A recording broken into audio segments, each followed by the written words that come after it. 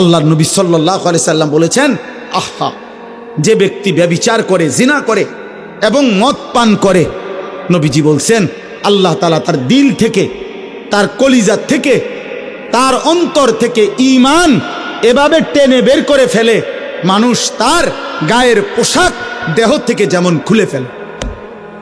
আল্লাহ রসুল বলছে আল্লাহ তাআলা তার অন্তর থেকে ঈমান নাযা টেনে বের করে ফেলে, মানুষ যেমন তার গায়ের জামা খুলে ফেলে। রাসূলুল্লাহ সাল্লাল্লাহু আলাইহি ওয়াসাল্লাম বলছে, মান শারিবাল খামরা তারাকাস সালাহ ওয়া ওয়াকা আলা আম্মাতিহি ওয়া খালাতিহি। আল্লাহ, যে মদ পান করে, নেশাখোর, মদখোর, গাঁজাখোর, ফুট্টাখোর, বাবাখোর, ডাইলখোর, ইয়াবাখোর, হারামখোর, আল্লাহ রসুল বলছে তার নামাজ ছুটে যায়। সবচেয়ে জঘন্য কথা নবী বলছে, এই মদখোর, নেশাখোর, নাফরমান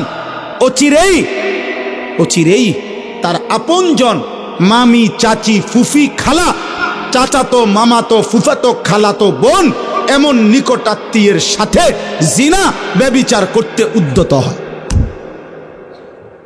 এজন্য প্রত্যেক নেশাখোর ব্যভিচারী